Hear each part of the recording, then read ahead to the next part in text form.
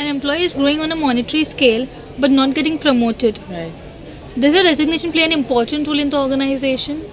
Uh, Firstly, depends on the organization, how they view designations, how they view promotions, increments, pay rises.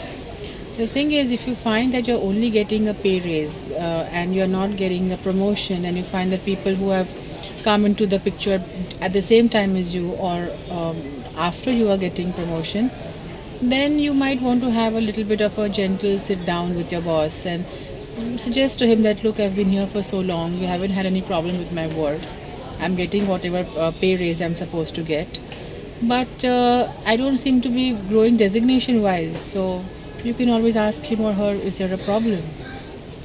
Okay, and what could be the worst thing that can happen in such a situation?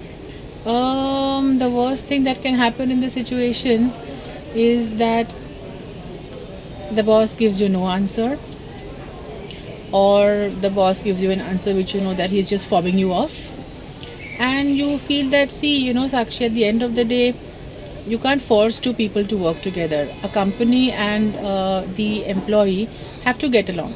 They have to have the same value system to work with each other.